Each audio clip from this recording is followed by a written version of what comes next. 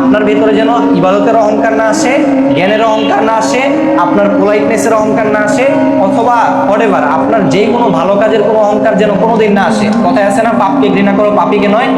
Exactly, পাপীকে ঘৃণা করেন না, পাপকে ঘৃণা করেন।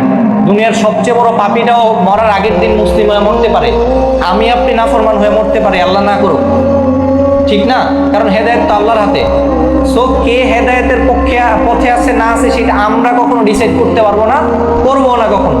কোনো মানুষকে তার ধরেন একজনের লেবাস দেখে আমরা বলবো না এই লোকটা এরকম, একজনের চুলের কাটিং দেখেই বলবো না যে ও ছাপরি বা ও হচ্ছে আপনার বুস্তি, এই টাইপের কথা বলবো না। আপনার কাজ হচ্ছে দাওয়াত দেওয়া। আপনি পৌঁছায় দেন যে ভাই তোমার নামাজ 5 ওয়াক্ত পড়া দরকার, তারাবি পড়া দরকার, রোজা রাখা দরকার।